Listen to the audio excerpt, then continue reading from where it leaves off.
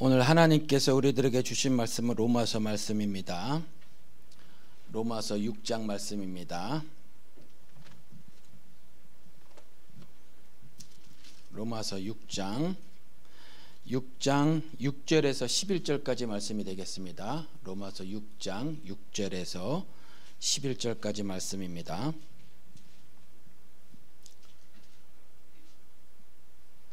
다 찾으신 줄 믿고 제가 봉독해 올리겠습니다. 우리가 알거니와 우리의 옛사람이 예수와 함께 십자가에 못 박힌 것은 죄의 몸이 죽어 다시는 우리가 죄에게 종노릇하지 아니하려 하매니 이는 죽은 자가 죄에서 벗어나 의롭다 하심을 얻었음이라.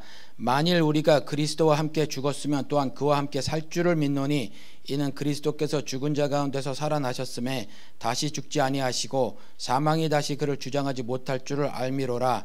그가 죽으심은 죄에 대하여 단번에 죽으심이요 그가 살아계심은 하나님께 대하여 살아계심이니 이와 같이 너희도 너희 자신을 죄에 대하여는 죽은 자요 그리스도 예수 안에서 하나님께 대하여는 살아있는 자로 여길지어다. 아멘. 오늘은 빈손 그러나 라는 제목으로 여러분들과 함께 은혜를 나누시도록 하겠습니다. 지난주에 우리는 예수의 나심의 의미가 무엇인지를 성경을 통해서 배웠습니다. 예수의 나심의 의미는 죽은 자 가운데서 나셨다, 그걸 말씀하고 있었다라는 거죠. 그리고 그리스도께서 죽은 자 가운데서 나신 이유가 으뜸이 되려 하셨다라고 말을 해놓고 한 걸 우리가 공부를 했습니다. 골로새서 1장 18절에서 으뜸이 되려 하신 이유는 본인이 예수님께서 먼저 죽은 자 가운데서 나시고요. 그 이후에 이제 예수를 따르는 사람들, 그 사람들이 이제 예수가 으뜸이 되시고 그 후에 계속해서 죽은 가운데서 다시 살아나는 거죠. 그래서 그 의미라고 우리가 배웠습니다. 그러니까 성탄절에 우리가 기억을 해야 할 것이 예수의 육신적 나심, 그 아기로 나온 그 육신적 탄생이 아니라 그의 죽으심, 그걸 기억해야 한다. 그리고 죽은 자 가운데서 다시 나심, 부활하심을 우리가 기억해야 한다라고 지난주에 배웠습니다. 그래서 마태복음 1장에 그리스도의 세계라, 아브라함이 이삭을 낳고 이삭이 야곱을 낳고 뭐 이렇게 계속 낳고가 진행이 되다가 그리스도의 나심에서 멈추지 않습니까?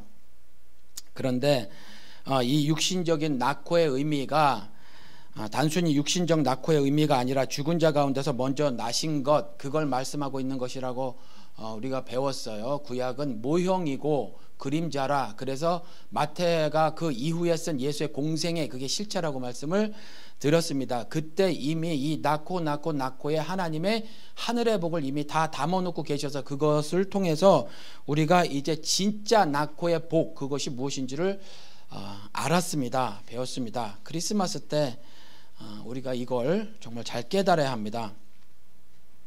그런데 그 나음이 구체적으로 무엇인가, 그걸 한번 오늘은 좀 살펴보겠습니다. 그러니까 낳게 된 것, 죽은 자 가운데서 다시 난 거잖아요. 이게 born again, 미국 사람들은 그렇게 말하지 않습니까? 그리고 우리는 거듭남 혹은 중생, 다시 태어남, 이렇게 말을 하는데, 그러니까 이 거듭남은요, 다시 태어나는 거, 이 낳고의 의미는요, 낳고는 죽음이 먼저라는 거예요. 죽음이 먼저. 그 죽음을 그러니까 다시 한번 오늘 생각을 해보도록 하겠습니다. 여러분들, 오늘은 우리가 안 불렀는데 제일 성탄절에 많이 부르는 캐롤송이 뭐죠? 기쁘다 구주 오셨네, 그거지 않습니까? 그거 많이 부르죠. 뭐 다른 것도 많이 부르는데 그것도 참 많이 부르는 것 같아요. 연말에 TV에 쇼에 보면 이거 참 많이 부르거든요. 그런데 여러분들, 이렇게 예수의 나심을 노래를 하는데, 이 노래를 하는데, 예수가 오신 것이 기쁜 사람들은 예수가 오셔서 죄에서 벗어나서 더 이상 죄의 종으로 살지 않기 때문에 기뻐하는 겁니다. 기쁘다 구주 오셨네 그랬는데, 죄의 종으로 더 이상 살지 않게 되어서 그래서 기쁜 거예요. 그러니까 죄의 몸이 죽어서 기쁜 거죠. 죽을 수 있어서 기쁜 겁니다. 다른 것 때문에 기쁜 게 아니에요. 예수가 오기 전에는 죽고 싶어도 못 죽었는데 이제 죽을 수 있어서 그래서 기뻐하는 겁니다. 이런 죽고 싶은 소망을 들어주시려고 예수님께서 오신 거예요. 그리고 실제로 죽고 싶은 소망을 들어주셨어요. 그래서 많이 십자가에서 죽이셨습니다. 6절 7절 오늘 본문 말씀 6절 7절에 가서 보면 우리가 알거니와 우리의 옛사람이 예수와 함께 십자가에 못 박힌 것은 죄의 몸이 죽어 다시는 우리가 죄에게 종노릇하지 아니하려 함이니 이는 죽은 자가 죄에서 벗어나 의롭다 하심을 얻었음이라. 예수님과 함께 십자가에서 죽는 거죠. 그렇죠. 이것 때문에 이렇게 우리가 죽기 때문에 죽을 수 있어서 기쁘다 구주 오셨네 이렇게 말을 하는 거예요. 이걸 세상 사람들은 모르고 유행가처럼 부르는 거죠. 기쁘다 구주 오셨네. 이 죄의 종의 몸에서 벗어나야 하는 거예요. 그거는 죽지 않고는 도무지 벗어날 길이 없어요. 그래서 예수님과 함께 십자가에 못 박히는 겁니다. 그래야 이제 의롭다 하심을 얻는 겁니다. 죽지 않고는 거듭남 즉 의롭다 하심을 얻을 수 없는 거죠. 6절에 우리가 알거니와 신자는 이걸 안단 말입니다. 신자는 이걸 알아요. 우리가 알거니와 알죠. 왜 그리스도와 함께 십자가에 못 박혀 죽어야 하는지를 신자는 알아요. 그렇죠? 말씀드린 것 같이 6절 7절에 나온 것처럼 다시는 죄에게 종노릇하지 않으려 하기 위함이죠. 그리고 죽어야 죄에서 벗어나게 되고 그래야 의롭다 하심을 얻는 걸 알기 때문에 그런 거죠. 우리가 알거니와 아는 거예요. 모르는 사람들도 있죠.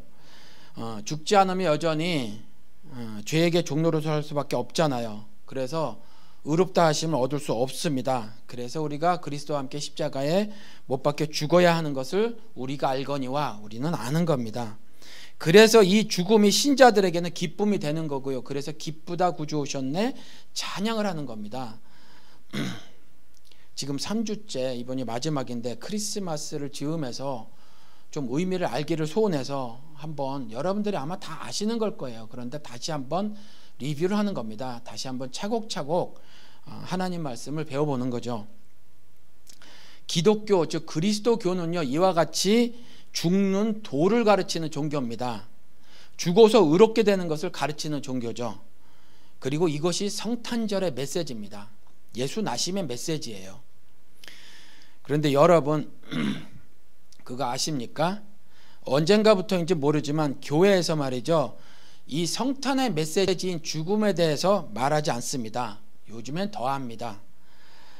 그래서 대개 목사들이 보수주의자라고 말을 하거나 복음주의자라고 말을 하거나 진보주의자라고 말을 하거나 개혁주의자라고 말을 하는 모든 목사들이 거의 모든 목사들이 지금 죽음에 대해서 말을 하고 있지 않습니다.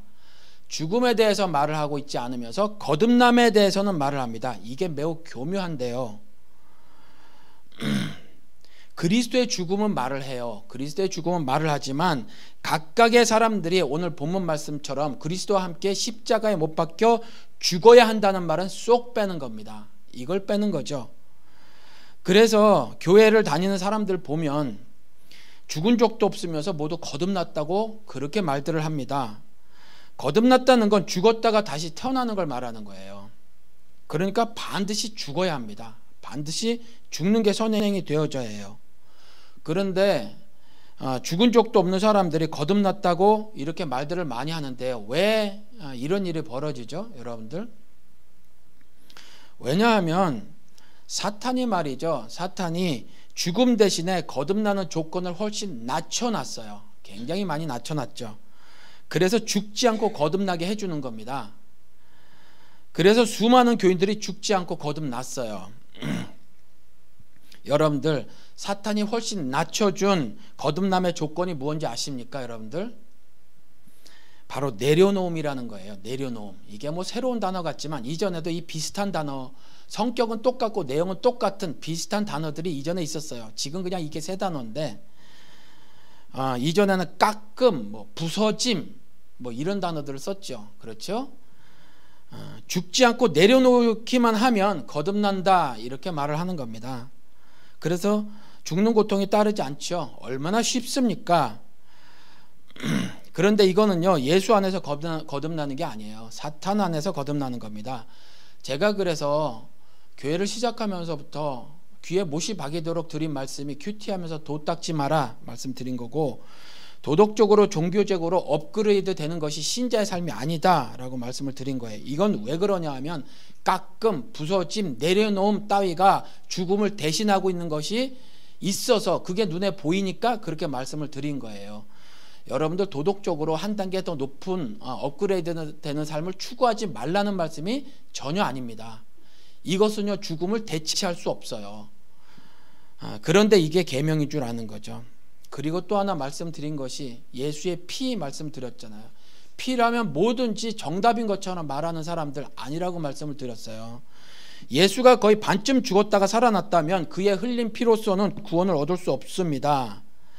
죄의 종으로 더 이상 살지 않고 의롭다 하심을 얻을 수 있는 건 예수가 죽어서라는 거죠. 죽어서. 예수의 흘린 피 때문이 아니에요. 지금도 우리가 뭐 잘못만 하면 예수의 피로 정결케 하여 주시옵소서 말이 안 돼요. 그건 성령의 사역입니다. 성령이 해주시는 거지 피라는 액체가 해주는 게 아니란 말이에요. 이러한 예수의 도를 바르게 전해드리기 위해서 그런 말씀을 드렸던 겁니다.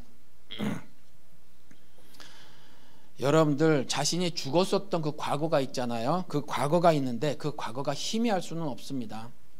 그 과거를 잊을 수 없죠.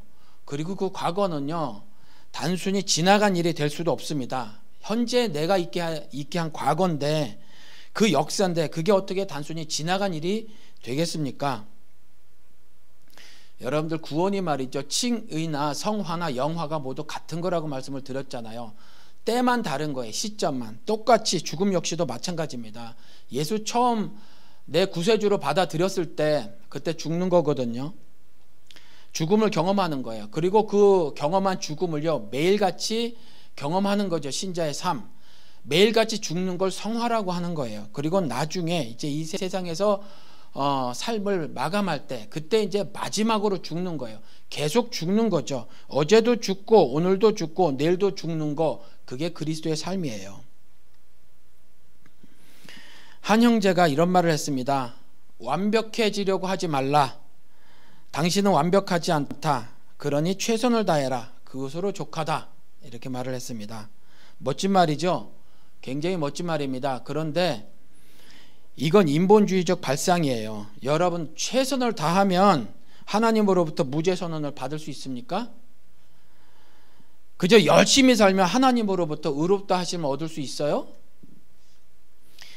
이거는요 그냥 내려놓음 같은 윤리적 가르침에 불과하단 말이에요. 이거는 그런데 이런 것들, 이런 내려놓음과 같은 어떤 윤리적 도덕적 가르침, 이걸 그리스도의 도라고 생각을 해요. 많은 사람들이. 그래서 이런 윤리적 가르침을 계명처럼 배우고 실천하죠. 죽는 것은 싫고요. 깎고 다듬고 내려놓고 이러고만 싶은 겁니다. 그래서 그런 깎고 다듬고 내려놓는 거 이걸 계명으로 삼아서 지키고 사는 거죠. 그리고 그 계명을 지키면서 거듭나려고 하는 겁니다. 근데 여러분들이요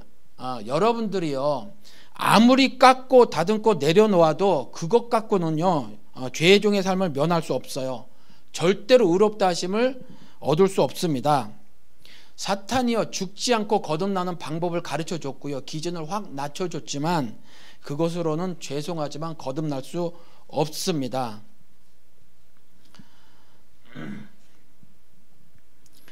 여러분 그거 아십니까? 산타가 말이죠 산타클로스는 선물 꾸러미를 잔뜩 가지고 오죠. 그런데 예수는 빈손으로 온다라는 겁니다. 산타는요 울면 안 된다고 그래요. 그런데 예수는 울으라고 합니다. 애통하라고 하죠. 산타는 착한 사람에게 갑니다. 근데 예수는 죄인한테 갑니다. 자신의 죄로 인해서 정령 죽는 형벌을 당하잖아요. 그게 애통하는 겁니다. 무진 열심히 살았어요. 무진 열심히 살았는데 그 무지하게 열심히 사는 거 가치 없어. 그래서 그냥 쓰레기 소각장이라는 개 하나 지옥에 던져버리시니까 얼마나 애통해요. 그렇죠?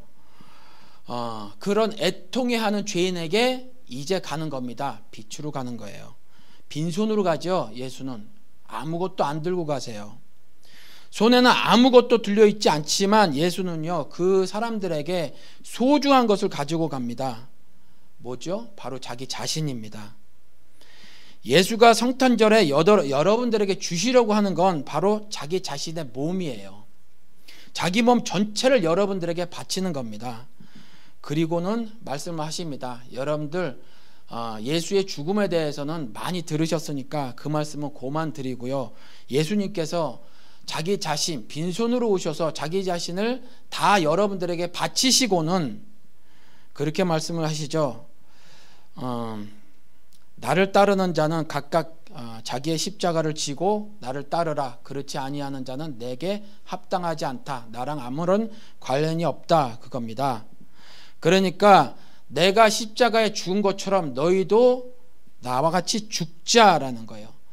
나와 같이 죽지 않는 자는 내게 합당하지 않다. 더 쉬운 말로 나를 따르는 것이 아니다라는 거예요. 교회 100년 1000년 다녀도 소용없다. 그 말씀하는 거예요. 여러분 그렇죠. 저도 부모가 되어서 이제 조금 아는 건데 말이죠. 자식은 죽을 죄를 지어도 용서합니다. 죽을 죄를 지어도 용서해요. 자식은. 그리고 이건요. 하나님의 사랑 즉 아가페 사랑이라고 하는 겁니다. 그런데 부모에게는 그렇게 하지 않아요. 자식에겐 그렇게 해도 부모에게는 그렇게 안 합니다. 그래서 내리사랑은 있어도 치사랑은 없다. 그런 말을 하는 겁니다. 병구한 3년에 효다 없다고 그렇게 말하잖아요. 부모에게 그럴진데 배우자에게는 오죽하겠습니까? 그리고 배우자가 아닌 이웃에게는 더하겠죠.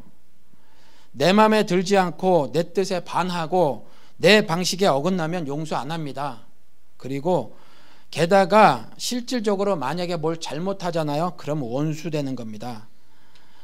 그런데 예수는 각각 자기 십자가를 지고 나를 따르라. 이 말이 뭐냐 하면 그 잘못을 하는 사람들, 내 뜻에 반하는 사람들, 내 사고방식에 어긋나는 사람들, 내 마음에 들지 않는 사람들, 그 사람들을 용서하라라는 말입니다. 이 용서가 죽음이에요. 예수 그리스도는요, 우리들을 용서하시기 위해서 죽으신 겁니다. 그러니까 죽음은 용서예요. 그러니까 우리더러도 각각 자기의 십자가를 지고 자기의 골고다 언덕을 올라가서 죽어라 라는 말은 용서할 수 없는 사람들을 용서해라 이 말과 동의어입니다. 같은 말이에요. 그런데 여러분들 아마 절대 용서가 되지 않는 그런 것들이 있을 거예요 아마. 그런데 그래도 용서하도록 해야죠. 그래도 용서하도록 해야 합니다. 그런데 아예 마음을 작정을 하고 용서하지 못하겠다 하면 나는 예수를 따르지 않겠다 이 말과 같은 말이에요. 나는 불신앙적으로 살겠다. 예수 웃기지 마 이러고 사는 거예요. 나는 못 죽어 그러는 거죠. 난 용서 못해. 그 말은 난 당신과 십자가에서 같이 못 박히기 싫어 그렇게 말하는 거예요. 여러분들 용서를 해야 합니다. 예수님께서 그렇게 말씀하셨으니 하셔야 하는 거예요. 그리고 그 용서는요 조금 더 정확하게 보면 이웃을 위한 게 아니라는 거죠. 내 부모, 내 배우자, 내 이웃 그 사람들을 위한 게 아니에요. 내가 용서해 주는 건 내가 나를 위한 겁니다. 그게 예수 그리스도와 함께 죽어서 다시 살게 되는 그 복을 내가 누리는 거예요. 그러니까 그 용서라는 죽음을 내가 당해야 하는 겁니다. 그래야 죄로부터 자유로워지고 그래야 의롭다 하심을 얻게 되는 겁니다. 예수님이 얼마만큼 용서하라고 그러셨죠? 7 곱하기 70 490번 490번만 하시면 됩니다. 여러분들 490번만 용서하시면 돼요. 우리는 흔히 그렇게 생각을 합니다. 불의, 탐욕, 악독 이런 건 나랑 관계없다. 관계없다고 쳐드릴게요. 그런데 미움, 시기, 질투는 어떻죠? 미움, 시기, 질투, 원망은 어떻습니까? 이게 동일해요. 불의, 탐욕, 악독뿐 아니라 미움, 시기, 질투, 원망 이것도 동일합니다. 죽지 못해서 내 마음에 또아리를 틀고 있는 거고요. 이러한 것을 가지고 있으면서 내가 회개를 하지 않고 용서를 하지 않으면 그러면 예수를 아직 모르는 거예요. 교회를 아무리 오래 다녔어도 그렇다라는 겁니다. 이런 일들 내 마음에 또아리를 틀고 있는 이러한 불의, 탐욕, 악독, 미움, 시기, 질투, 원망 이런 것들 있잖아요. 이런 것들은 여러분들이 내려놓고 말고 해서 될 일이 아니에요. 이건 여러분들이 깎고 다듬어지고 부서지고 낮아져서 될 일이 아니라는 말이죠. 내려놓음이 대박 나니까 더 내려놓음이라는 책이 나왔더라고요. 그거 자체가 가치가 없다는 말이 아니에요. 그렇게 살도록 애를 쓰는데 그건 죽음하고 맞바꿀 수 있는 게 아니라는 말씀을 드리는 겁니다. 그럴 것 같았으면, 여러분들이 내려놓고 깎고 다듬고 부서지고 하는 것 같고 될 것 같았으면 예수님이 이 땅에 와서 죽으실 필요가 없고요. 죽으시고 난 다음에 나랑 같이 죽자, 합해서 십자가에 죽자, 이 말을 우리에게 하실 필요도 없다라는 말이죠. 그렇죠? 예수를 영접했을 때 예수의 죽음이 내 몸 전체의 이식이 되집니다. 이걸 예수와의 연합이라고 말을 하는 거예요. 그래서 예수와의 연합은 죽음의 연합인 겁니다. 죽음의 연합. 6절 다시 한번 앞에 부분만 읽어드리면, 우리가 알거니와 우리의 옛사람 예수와 함께 십자가에 못 박힌 것은 죄의 몸이 죽어. 그렇죠? 이런 연합이라는 거예요. 예수님께서 죄의 형벌을 대신 받아주시려고 죽어주셨단 말이죠. 그러니까 예수와 함께 십자가에 못 박혀 죄의 몸을 죽이는 것, 이래야만 예수와 연합이 되는 거예요. 이것을 연합이라고 하는 거예요. 이걸. 그렇죠? 그러니까 이 죽음의 연합을 이룬 사람들은요, 예수의 용서의 마음을 갖게 됩니다. 그러니까 예수와 연합되었기 때문에 이제 용서는 내가 하는 게 아니에요.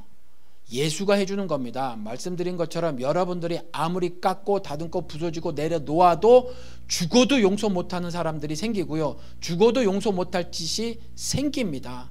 막 부글부글 끓는 일이 왜 안 생겨요? 화나는 일이 있거든요. 그래서 여러분들이 할 수 없어요. 예수가 해준다 말이죠. 여러분들과 연합되면, 여러분들이 이제 연합되면 예수님이 해주시는 거예요. 용서는 우리가 어떻게 할 수 있겠어요? 그런데 내 마음이, 그걸 예수님이 내 마음에 용서란 마음을 심어주시는 거죠. 그래서 그 마음으로 하는 거예요. 내 마음에 용서의 마음이 없으면 예수가 없어서 그런 거예요. 예수가 없으니 용서의 마음이 안 생기는 겁니다. 예수님은요, 살고 싶으면 죽으라고 그렇게 말씀을 하시죠. 나와 함께 십자가에서 죽자, 그렇게 말씀하시는 거예요. 우리의 죄를 용서하시기 위해서 죽으신 그 예수가 나와 같이 십자가에서 죽자 하시는 건요, 용서하자, 그 말이에요. 용서하자. 이렇게 용서하는 사람, 그러니까 그리스도와 함께 십자가에서 죽은 사람, 그 사람들은 다시 삽니다. 그 사람들만 다시 사는 거예요. 그걸 거듭남이라고 하는 겁니다. 그리고 이 거듭남은요, 나중에 부활에, 우리가 나중에 썩지 않을 몸으로 부활하잖아요. 그 부활의 이 땅에서의 모습이에요. 아직 썩지 않을 부활체는 아니지만 거듭난 사람들은 이 부활에 이미 진입한 거예요. 이미. 그러니까 이 부활은요, 죽은 사람들이 가질 수 있는 특권입니다. 다른 사람은 못 가져요. 오늘 8절 9절 본문 말씀 가서 보면, 만일 우리가 그리스도와 함께 죽었으면 또한 그와 함께 살 줄을 믿노니 이는 그리스도께서 죽은 자 가운데서 나셨음에 다시 죽지 아니하시고 사망이 다시 그를 주장하지 못할 줄을 알미로라. 그리스도와 함께 죽었으면 또한 그와 함께 살 줄을 믿노니, 그리스도와 함께 죽고 그리스도와 함께 사는 겁니다. 이게 신자의 삶이죠. 그러니까 죽음의 연합도 있지만, 그리스도의 연합이라는 건 죽음의 연합도 있지만 이와 같이 부활의 연합도 있는 거예요. 거듭남의 연합을 하는 거죠. 이와 같이 그리스도와 함께 죽은 다음에 그리스도와 함께 다시 살아서요, 그리스도와 함께 사는 걸 동행이라고 말을 하는 거죠. 그렇죠.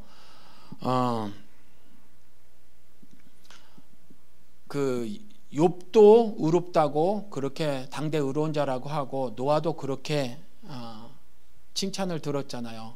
단 한 가지 이유밖에 없다는 거죠. 동행하였기 때문에 그런 거거든요. 에녹도 마찬가지로 그냥 하나님과 동행하다가 어느 날 갑자기 하나님이 데려가신 거예요. 그렇죠. 그래서 예수 그리스도와 함께 동행하는 걸 하나님과 함께 걷는 것, 예수 그리스도와 함께 사는 걸 하나님과 함께 걷는 것, 동행이라고 성경에서는 그렇게 표현을 하고 있는 겁니다. 그러니까 그리스도와 동행하는 거, 이게 바로 거듭난 사람들의 일상이라는 거죠. 매일의 삶. 근데 이 동행을 우리가 많이 착각을 해요. 어떻게 착각을 하냐면, 동행은요, 하나님이 가시는 곳에 내가 따라붙어 가는 게 동행이에요. 내가 가는 곳에 하나님 일리 오세요 하는 건 동행이 아니에요. 이건 절대로 동행이 아닙니다. 다시 말씀을 드릴게요. 하나님 가시는 곳에 내가 따라가는 게 동행이에요. 내가 가고 싶은 곳에 하나님 일이 오세요 하는 건 동행이 아닙니다.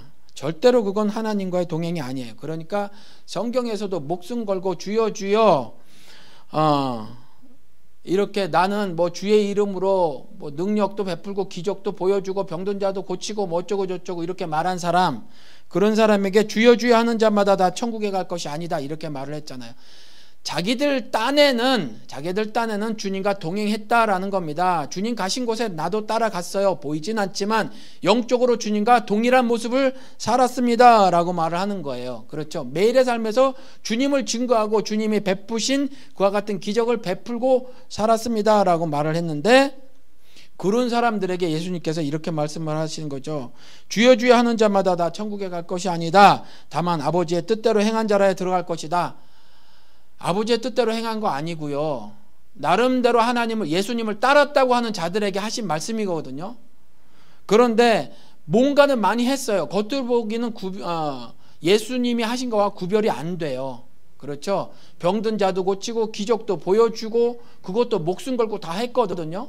겉으로 보기는요, 예수님이 하신 거와 전혀 구별이 되지 않는데 뭐라고 말씀하시냐 하면, 이건 아버지의 뜻대로 한 것이 아니다 라고 말을 한 거예요. 그렇죠.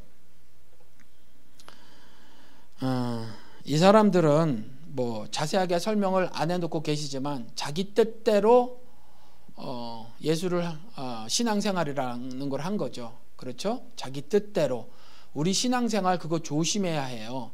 잘해야 합니다. 그래서 깨어 있어야 해요. 베드로처럼 하면 안 돼요. 베드로도 실수를 했단 말이죠. 그러니까 예수님이 독사의 새끼야 이렇게 말씀을 하신 거거든요. 내 딴에는 막 열심히 하는데 잘 보시라고요. 내가 말씀에 순종해서 하는 건지 아니면 내가 내 뜻을 이루기 위해서 하는 건지. 겉으로 드러나는 모습은 동일해요.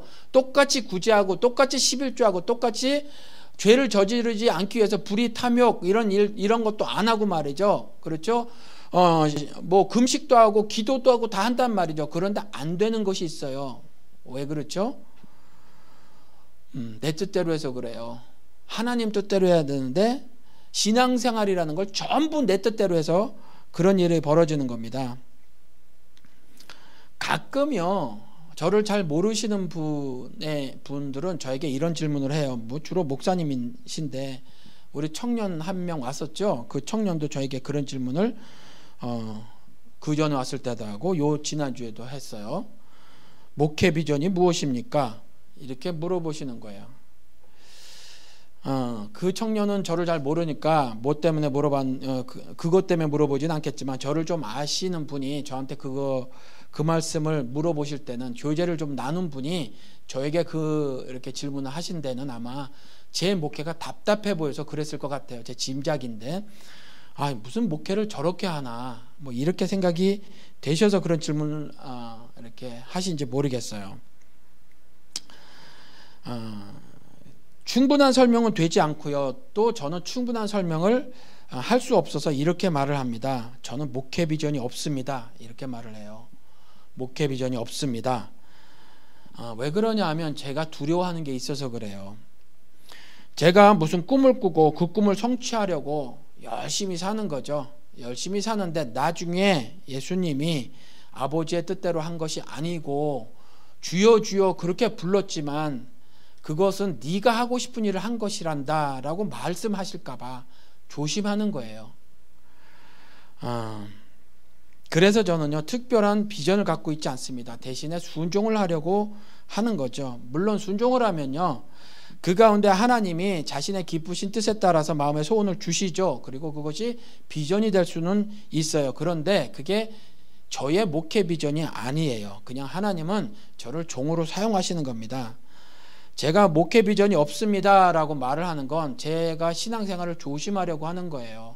이와 같이 나름대로 열심히 목숨 걸고 했어요라고 말을 열심을 냈지만 하나님께서 나중에 그리스도께서 나중에 너는 아버지의 뜻대로 행하지 않았단다라고 말씀하시면 안 되잖아요. 그래서 그렇게 말씀을 드리는 거예요. 충분히 설명을 드릴 수도 없어요, 제가. 근데 이와 같이 그런 것 때문에 그런데 그렇다고 해서 제가 주님 안에서 꿈도 없이 산다는 말은 결코 아닙니다. 결코 아니에요. 저는 꿈이 많아요. 주님 안에서 꿈이 크고 많습니다. 그런데 혹 제가 잘못 알아서 내 길로 가면서 주님과 동행한다고 착각할까봐 그래서 그것들을 죽이는 거죠. 목회 비전 30대 중반에는요 별의별 말을 다 했다는 거죠. 제가 별의별 말을 다 했어요. 큰 게 좋아서 선교지에 교회 100개쯤 차리고 싶다고 그런 말도 하고요. 별의별 말을 다 했어요. 나는 꾸질꾸질하지 않아. 저에게 어떤 목사님이 충고를 해주셨어요. 1000명 중에 1명 목회한다. 근데 그 1명도 100명 이상 하는 목회하는 사람은 그 1명이 1000명 모여서 1명이다 이렇게 말을 하는 거예요. 그래서 저는 그때 젊었기 때문에 속으로 웃기고 있네. 나는 그 중에 1명이야. 이런 말도 안 되는 생각을 했던 거죠. 아니 10,000명 모이는 교회를 하면 뭐 합니까? 하나님 뜻대로 하지 않으면 무슨 소용이 있어요? 그리고 그것이 개인의 영광과 무슨 관계가 있어요? 이 땅에서 사는 동안 10,000명 교인이 10,000명인 곳에 가서 목사하고 설교하는 것이 뭐가 그리 자랑거리가 되며 그게 뭐가 그렇게 즐겁고 행복한 일이 되겠어요? 일 많으면 더 피곤하지? 그런데 30대 중반에는 이와 같이 말도 안 되는 비전이라는 걸 갖고 있었다는 거죠. 그런 실수들, 잘못들, 오류들을 범하고 난 이후에 제가 조심스러워서 저는 목회 비전이 없습니다 라고 말을 하는 거예요. 그러니까 저는요 목사로 사는 것이 더 중요한 게 아니라 올바른 신자로 사는 게 훨씬 중요해서 그래요. 동행을 말씀드리려고 이 말씀을 드린 겁니다. 내가 가는 길에 하나님 이쪽으로 오세요는 동행이 아니에요. 하나님 가는 길에 내가 열심히 따라 붙는 게 그게 동행입니다. 그렇죠? 우리 쉽게 그런 말 많이 하신단 말이에요. 나는 이거 못하겠어 라는 거죠. 목사님이나 하시는 거고 선교사님이나 하시는 거고 헌신된 사람이나 하는 거지 내가 그걸 어떻게 해 라는 말을 하는 건 하나님과 동행하지 않겠습니다 라고 하는 거예요. 동행하겠다고 맘만 먹으면 생명의 성령의 법으로 여러분들의 환도뼈를 쳐주신다니까요. 여러분들의 무릎을 꺾어 주세요 하나님이. 그래서 할 수 있는 거예요. 여러분들은 도무지 용서를 못하시는 그런 분이에요. 그런데 용서를 할 수 있도록 예수님께서 해주신다고요. 여러분들이 죽음의 연원만 이뤄내시면 그러면 예수님께서 여러분들 마음에 용서의 마음을 부어주셔서 할 수 있는 거예요. 사랑도 마찬가지라고요. 제가 그 사랑은 많이 말씀을 드렸잖아요. 여러분 마음 잡고 있다고 열어보세요. 사랑이 있는지 그 마음에 사랑이 어디 있어요? 없어요. 로마서 5장 말씀에 사랑은 하늘로부터 오는 거라고 말씀을 하고 계시잖아요. 사랑 여러분들 창조할 수 없어요. 여러분들은 사랑을 제조할 수 있는 존재가 아니에요. 사랑은 하나님만 만들 수 있어요. 그 사랑을 여러분들 간절히 구하는 거예요. 그래서 그 사랑 받으셔서 샘물처럼 내 마음에 솟아나게 해주세요. 그 사랑으로 사랑할 수 없는 존재인 내가 사랑하며 살아갈 수 있도록 해주세요. 이게 기도예요. 용서도 마찬가지라는 거죠. 여러분들이 용서할 수 있는 존재가 아닌데 용서해 주시기 위해서 죽어주셨잖아요. 십자가에 빈손으로 오셨지만 자기 자신을 다 주셨잖아요. 여러분 한 분 한 분을 위해서. 그러면 그 죽음에 여러분들이 동참하시면 이제 예수님께서 용서해 주시는 거예요. 여러분 안에서 여러분들의 삶을 주관하시는 예수님께서 용서를 주도록 용서를 하도록 해 주신다라는 말씀입니다. 그렇죠? 그러니까 말씀드린 것처럼 도 닦아서 되는 일이 아니라라는 거예요. 내려놓아서 될 수 있는 일이 아니에요. 이와 같이 동행, 이 동행은요 로마서 12장 이후에 기록이 잘 되어져 있습니다. 로마서 12장 이후는요 신자의 삶에 대해서 매우 구체적으로 기록되어 있는 성경입니다. 12서부터 16장까지. 그런데 이 기록을 보면 하나님과 동행하는 것, 이것은요 신비적이 아님을 알 수 있어요. 신비적이 아닙니다. 그것도 전혀 아니에요. 전혀. 동행하는 것이 어떤 것인가 한 가지만 말씀을 드리겠습니다. 물론 동행하는 것은요, 전적으로 하나님의 말씀에 순종하는 걸 말하는 겁니다. 하나님은요, 무엇보다도 자신의 말씀에 순종할 것을 말씀하십니다. 이건 명령이에요. 이건 그냥 부탁하는 것도 아니고 권면하는 것도 아니고 순종해라는 명령입니다. 그러니까 먹지 말라 하는 열매는 먹으면 안 돼요. 다른 신을 내 마음에 있게 하지 말라 그러면 있게 하면 안 됩니다. 그렇죠? 내 이웃에게 거짓 증거하지 말라 그러면 하나님과 신자의 삶에 대해서 거짓말을 하면 안 됩니다. 무조건 순종해야 해요. 이렇게 순종하는 것 중에서 오늘은 한 가지만 나누어 보도록 하겠습니다. 로마서 12장 2절입니다. 너희는 이 세대를 본받지 말고 오직 마음을 새롭게 함으로 변화를 받아 하나님의 선하시고 기뻐하시고 온전하신 뜻이 무엇인지 분별하도록 하라. 이 세대를 본받지 말라라는 겁니다. 세대를 본받지 않으려고 애쓰는 것, 그게 그리스도와 동행하려고 애쓰는 겁니다. 세대를 본받지 말아야 해요. 이걸 누구에게 말한 겁니까? 교회에게 하신 말씀이에요. 그러면 교회가 세대를 본받고 있다, 그런 말씀입니다. 여전히 이 말씀을 기록해 하시고 바울로 하여금 기록해 하시고 현대를 사는 우리들에게 전해주신 이유는 인간들은 그와 같이 연약해서 여전히 계속해서 세대를 본받고 살기 때문에, 그러한 연약한 존재이기 때문에 이 말씀을 하고 계신 거고요. 첫 번째로 하신 말씀이 예배에 대해서 말씀하시고, 두 번째 바로 하신 말씀이 동행하는 것에 대해서 바로 하신 말씀이 예배 다음에 하신 말씀이 세대를 본받지 말라, 이 말씀 하신 거예요. 이게 동행하는 삶입니다. 세대를 본받지 않고 사는 삶. 교회에서 본받고 있는 것이 무엇입니까? 자세히 하나하나 따지지 않겠습니다. 이미 우리 작은 지하 교회에서는 여러 차례 말씀을 드린 것이라 그렇습니다. 그냥 간단하게만 짚고 넘어가면 그렇잖아요. 우리 이런 거 있잖아요. 사는 방법 배우죠? 그렇죠? 그런데 이게 세대를 본받는 겁니다. 사는 방법을 배우는 게 아니라 오늘 말씀 전해드린 대로 죽는 걸 배우는 겁니다. 이게 그리스도의 도예요. 그런데 현재 교회에서는 사는 방법을 가르쳐 주죠. 관계를 어떻게 하면 설정하고 그 다음 잘 유지하고 발전시킬 것인가, 이런 것들, 수도 없이 다른 사는 방법들을 가르쳐 주거든요. 근데 이거 아니라는 거죠. 기독교, 그리스도교는요, 죽는 거 가르쳐 주는 거예요. 그러니까 사는 거 가르치는 거는 교회가 세대를 본받는 겁니다.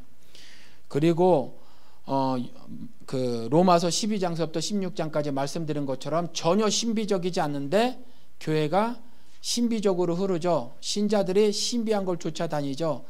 이스라엘에게, 유대인들에게 예수님께서 분명히 말씀을 하신 것이 그거 믿음 아니야 라고 말한 거, 그런 건 믿음 아니야 라고 말한 거 뭐였죠?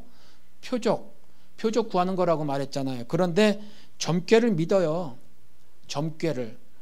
자꾸 자기 자신의 미래에 대해서 말해주는 거 있잖아요. 자기 자신이나 자기 가족들의 미래에 대해서 말해주는 거, 그거 괜히 붙들고 싶어요. 그렇죠? 좋은 말 해주면 그거 이루어지길 바란단 말이죠.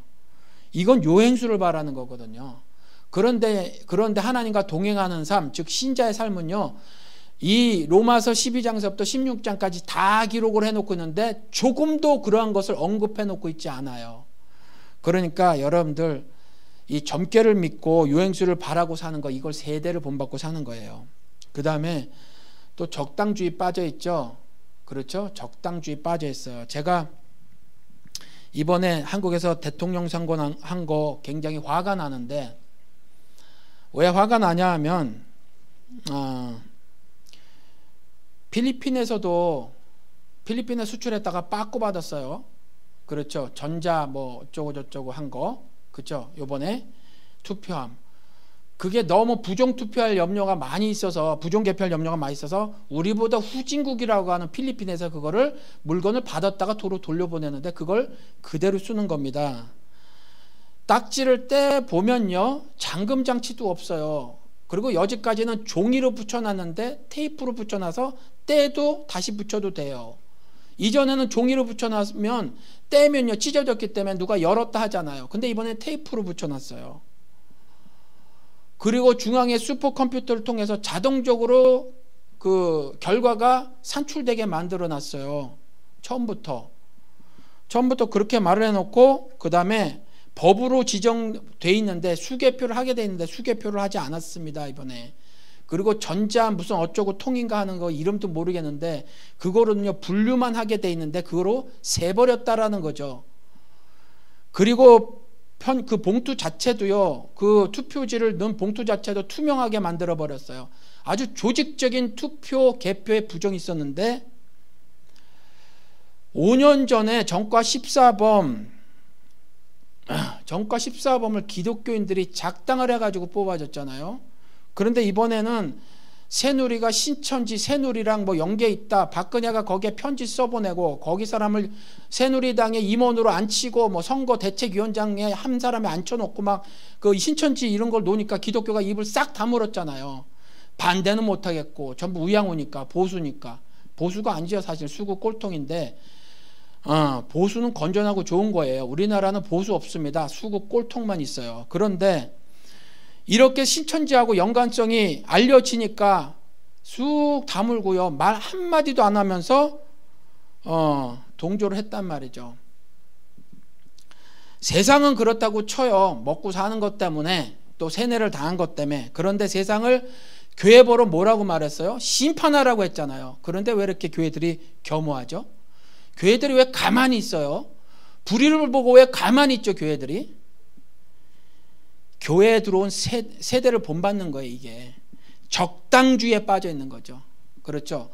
우리가 왜 신자의 삶을 이렇게 어렵게 살아요? 왜 좁은 무문으로 들어가야 하죠? 진리이기 때문에 그래요. 진실이기 때문에 그래요. 그것을 부술 수 있는 힘이 내게 있어서가 아니에요. 투표 결과를 뒤바꿀 수 있어서가 아니에요. 그렇죠? 불의하기 때문에 해야 되는 거거든요. 그래봤자 되겠습니까? 그건 세상 사람들이 하는 말이죠. 예수를 가슴에 안고 사는 사람들은 그런 말하고 살면 안 되죠. 그런 말하고 사는 사람들은 아직 예수를 몰라서 그래요. 예수가 이 땅에 오셔서 어떻게 하고 가셨는데요? 여러분들 아시죠? 새로 그 여자가 대통령이 되고 한 사람이 죽었어요. 자살했어요. 앞으로 5년 내가 어떻게 견뎌 하면서 한진 중공업 노동자가 죽었어요. 이러한 일들이 늘상 일상이 돼서 그렇습니까?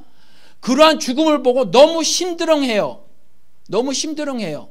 이게 악마의 심정이라는 거예요. 그런 걸 보고 가만히 있는 것, 너무 별 볼 일 없는 것, 맨날 벌어지는 일 따위로 생각하는 건 악마의 마음이라는 거죠. 애굽에서 죽음의 노역에 시달리고 있었을 때 이스라엘을 하나님의 권좌에 앉아서 본 척도 안 하셨나요? 그들의 신음소리를 듣고 직접 납치셨단 말이에요. 그런데 이와 같이 전 국민의 60%를 비정규직 노동자로 몰아붙이고요. 아무 베네핏도 없어요. 월급의 60% 40%밖에 못 받고 그중에서 최저임금도 못 받는 노동자가 190만 명인데 되자마자 물을 민영하겠다는 이런 일이 있어요. 그죠? 대구에 물에 관심이 많다며요. 바로 그 동생 뽕하던 놈이. 그런데 기독교가 이와 같이 적당주의에 빠졌다는 거죠. 사람은 용서를 해줘야 돼요. 다 받아줘야 해요. 그런데 이와 같이 불의를 보고도 참습니다. 기독교인이 어떻게 불의를 보고 참아요? 예수와 연합된 자들이 어떻게 불의를 보고 참아요? 예수가 없어서 참는 거죠. 이와 같이 적당주의, 이게 세대를 본받는 겁니다. 그래서 불의한 카르텔을 형성하죠. 무슨 이름으로? 은혜라는 이름으로. 그것이 은혜라는 거예요. 입 꼭 다물고 악의인을 선출하는 거. 그렇죠? 하나님께서 단 한 차례도 살인자나 복술자를 이스라엘의 왕으로 기름 부으신 적이 있어요? 없어요. 죄 지은 왕들이 스스로 그렇게 된 적은 있어도 하나님이 그들에게 기름 부으신 적은 한 번도 없어요. 그런데 교회가, 신자라고 하는 사람들이 바로 왕하고 결탁이 돼서 카르텔을 형성해서, 그렇죠? 여자 바로를 선출하고요. 그래서 자신의 일신 영달을 꾀하고 앉았는 겁니다. 이런 기독교는요, 라오디게아 교회예요. 4대 교회고 죽은 겁니다. 다 죽은 거예요. 산 사람은요, 안에 예수가 있는 사람만 산 사람이에요. 예수 없는 사람은 다 죽은 사람입니다. 세대를 본받지 말라고 하셨어요. 세대를 본받으면 안 돼요. 조금도 안 됩니다. 교회는 세대를 본받으면 안 돼요. 그래서 내 몸을 거룩한 산 제물로 드려라. 나를 쳐 죽이는 거죠. 내 몸을 각을 떠서 단을 버려놓고 거기 불 살르는 게 예배예요. 마땅히 드릴 영적 예배. 그럼 그거 다음에 두 번째로 바로 하신 말씀이 세대를 본받지 말라. 왜 세대의 가르침이 교회 안에 들어와서 계명처럼 하나님의 말씀처럼 우리들의 영혼을 이렇게 잡고 있냔 말이에요. 왜 깨어나지 못해서 세대의 가르침인 걸 분별해내지 못하느냐라는 말씀을 드리는 겁니다. 세대를 본받지 말아야 해요. 그래야 여러분들이 하나님과 동행하는 겁니다. 그렇지 않으면 여러분들이 신앙생활이라고 하는 거, 교회생활이라고 하는 걸 열심히 하시고 나중에 예수님한테 그 소리 들으시는 거예요. 주여 주여 하는 자마다 다 천국에 갈 거 아니다. 아버지의 뜻대로 행하는 자라야 들어가리라. 그 말이 무슨 말이에요? 진짜 무시무시한 말이거든요. 굉장히 무시무시한 말이에요. 예수가 내 안에 계시면요, 불의를 보고 불의를 못 참아요. 그렇죠? 불의를 못 참는데 이놈의 적당주의, 불의하고 은혜라는 이름으로 카르텔을 형성해 버리는 거, 정치적인 카르텔 뭐 이런 거, 종교적인 카르텔을 형성해 버리는 거, 이걸 은혜라는 이름으로 하는데 이 모든 것들이 세대를 본받는 거예요. 이건 연합이 아니거든요. 세대를 본받지 마시기 바랍니다. 그래서 하나님과 동행하시는 삶을 사시기 바라요. 10절 11절에 그가 죽으심은 죄에 대하여 단번에 죽으시며, 단번은 한 번을 말하는 겁니다.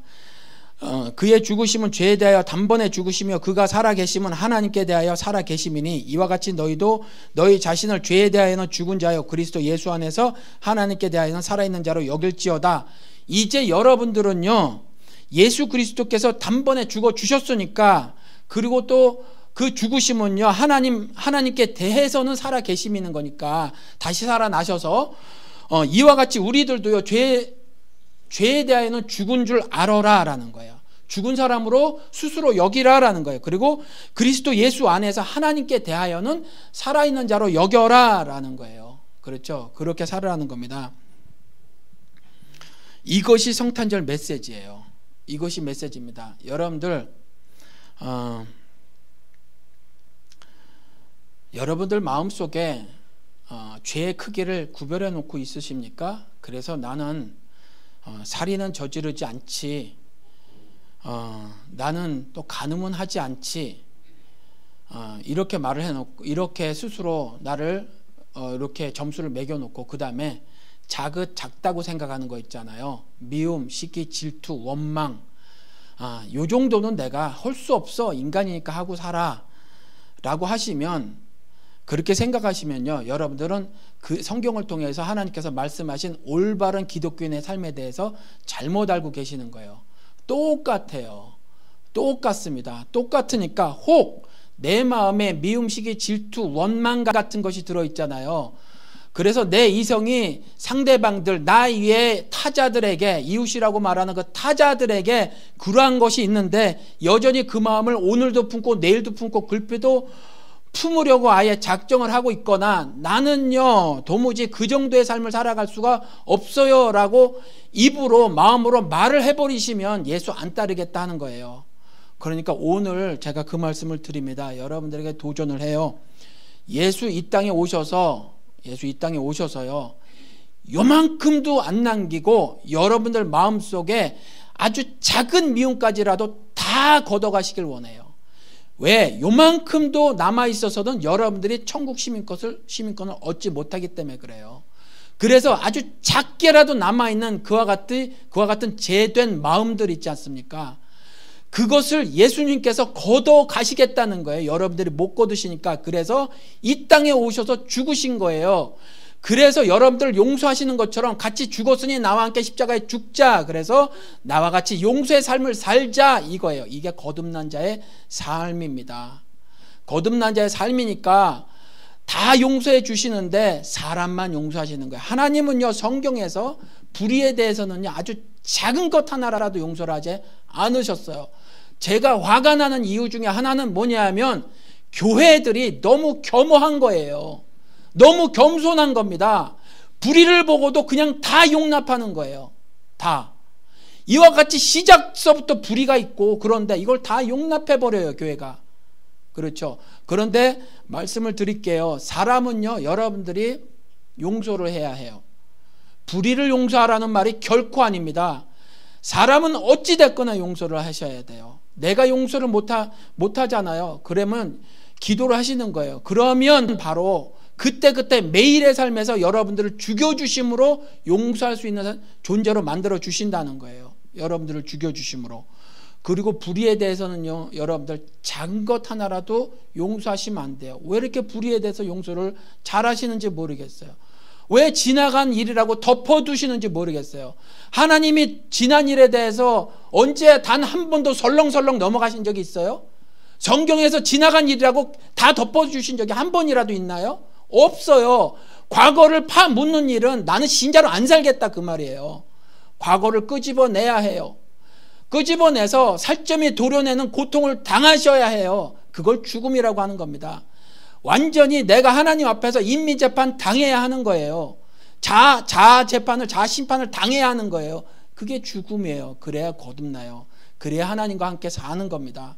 그래야 하나님과 동행하는 거예요. 그러니까 성탄절에 여러분들 아기 예수 나신 거, 거기가 인터넷 들어가서 보니까 여기처럼, 여기 겨울처럼 춥진 않지만 그래도 추워요.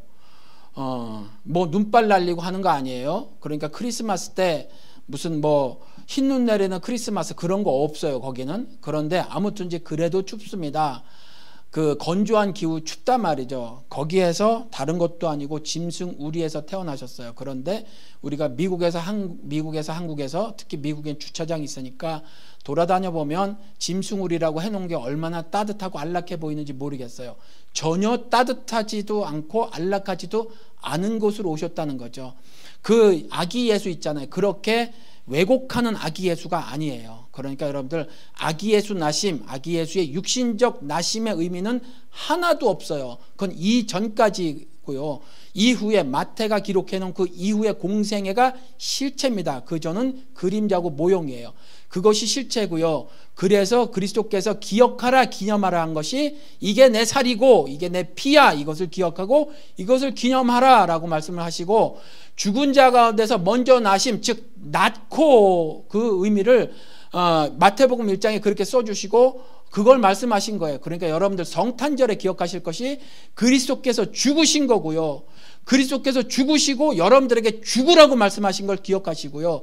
그리스도가 다시 살아나셔서 하나님께 대하여 살아있는 자로 여김을 받은 것처럼 여러분들도 그리스도와의 부활에 연합해서 하나님께로 향하여 하나님께 대하여는 살아있는 자가 되라. 이것이 성경의 메시지라는 겁니다.